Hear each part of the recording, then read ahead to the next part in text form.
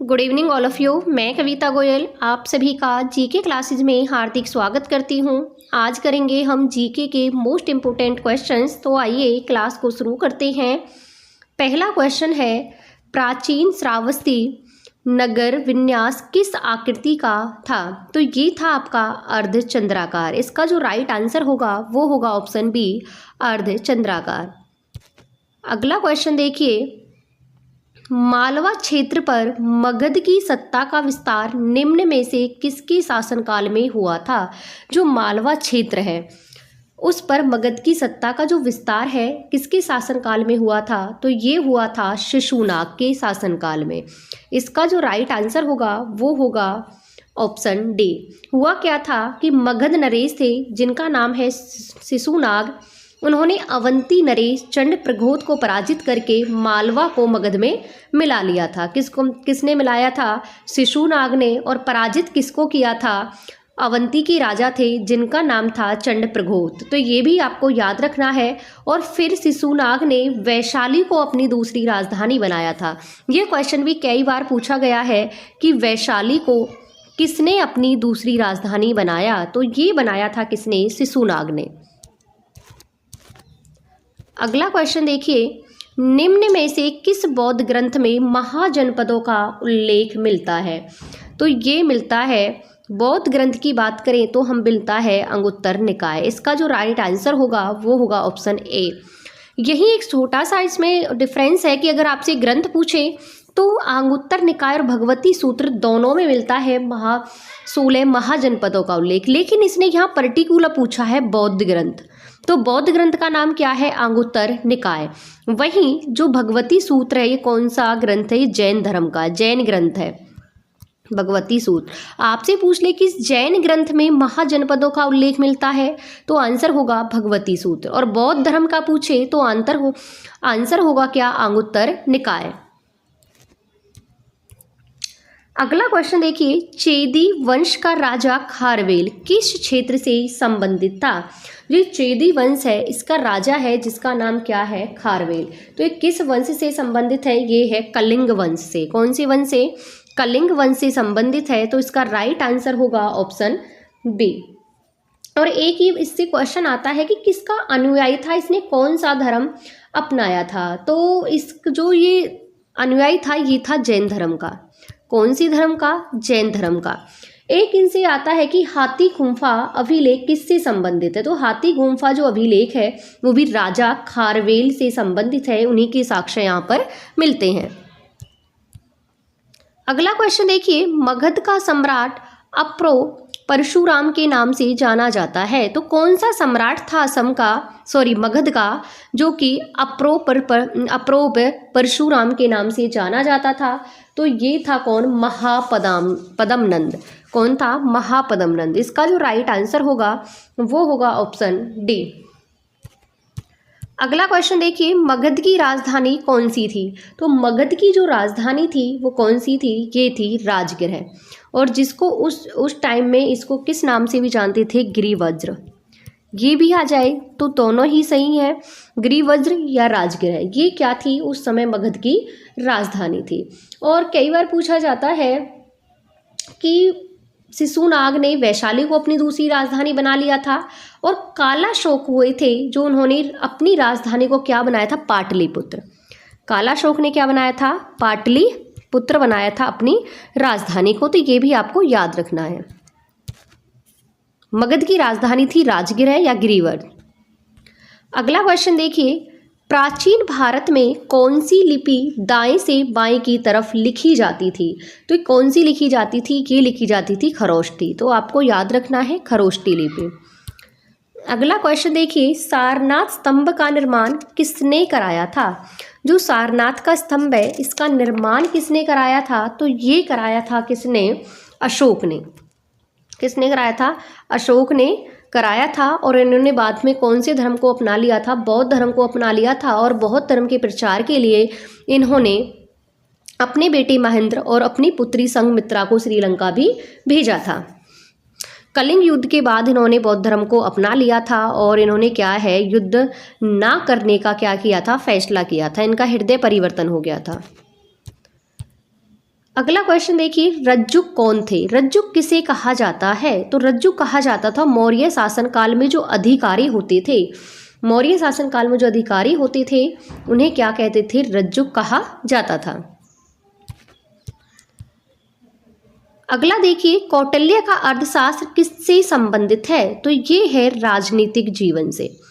कौटिल्य का अर्थशास्त्र, नाम तो पुस्तक का अर्थशास्त्र है लेकिन ये इकोनॉमी से नहीं बल्कि ये राजनीतिक जीवन से संबंधित है। इसमें 15 अधिकरण है इस पुस्तक के अंदर और 150 यानी कि 150 प्रकरण है। पूछ लिए जाते हैं कि 600 इसमें क्या है? श्लोक है। और इसको लिखा किसने था? कौटिल्य ने, जिनका एक नाम विष्णुगुप्त भी है। तो ये किससे आधारित है? राजनीतिक जीवन पर आधारित है। अगला क्वेश्चन देखिए, किस अभिलेख में कलिंग विजय का वर्णन मिलता है? कौन सा अभिलेख है जिसमें हमें कलिंग विजय का वर्णन मिलता है? तो ये मिलता है हमें किसमें? हाथी गुम्फा अभिलेख में। तो इसका जो राइट आंसर होगा वो होगा ऑप्शन सी। हुआ क्या था कि अशोक ने अपने 8वें वर्ष में एक युद्ध लड़ा था। जब अब वो शासन पे बैठा था, गद्दी पे बैठा था, उसके 8वें वर्ष में एक युद्ध लड़ा था जिसका नाम था कलिंग युद्ध। और उस युद्ध में इतना रक्तपात हुआ, इतने लोग मरे कि उनको देखकर अशोक का जो है वो हृदय परिवर्तन हो गया और फिर उन्होंने कभी युद्ध करने का निर्णय लिया कि मैं कभी युद्ध नहीं करूंगा। तो इसका जो वर्णन है हमें कौन से अभिलेख में मिलता है? हाथी गुम्फा अभिलेख में मिलता है। अगला क्वेश्चन देखिए, शक विजेता किसे माना जाता है? तो ये शक जो विजेता है ये किसको कहा जाता है? ये कहा जाता है चंद्रगुप्त द्वितीय को। चंद्रगुप्त द्वितीय को हम कहते हैं क्या? शक विजेता। तो इसका जो राइट आंसर होगा वो होगा ऑप्शन सी।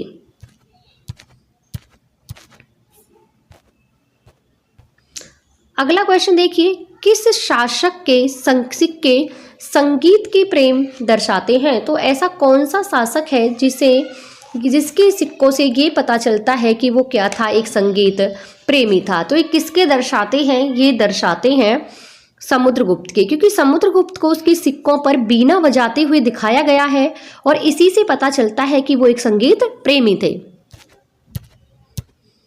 अगला क्वेश्चन देखिए, चीनी यात्री हवेनसांग ने किस विश्वविद्यालय में क्या है अपना अध्ययन किया था?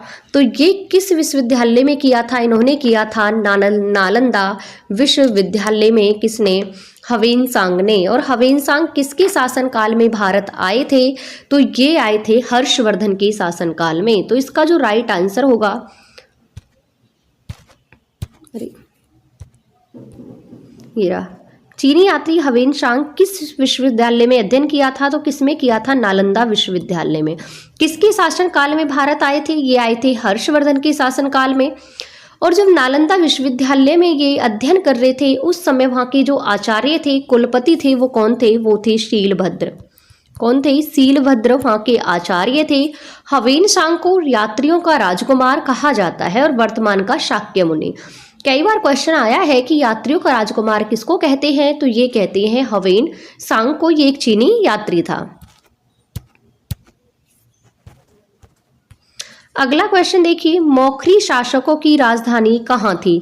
ये मौखरी शासक है, इन्होंने अपनी राजधानी किसको बनाया था? तो मौखरी शासकों ने जो अपनी राजधानी बनाया था ये किसे बनाया था? ये बनाया था कन्नौज को। इसका जो राइट आंसर होगा वो होगा क्या? कन्नौज। कन्नौज को इन्होंने क्या है अपनी राजधानी बनाया था। किसने? मौखरी शासकों ने। अगला क्वेश्चन देखिए, 1000 दिनारी नाम से किसे जाना जाता है? ये जाना जाता है मलिक काफूर को। क्यों जानते हैं? क्योंकि उन्हें 1000 दिनार में खरीदा गया था, इसीलिए इन्हें 1000 दिनारी के नाम से जानते हैं।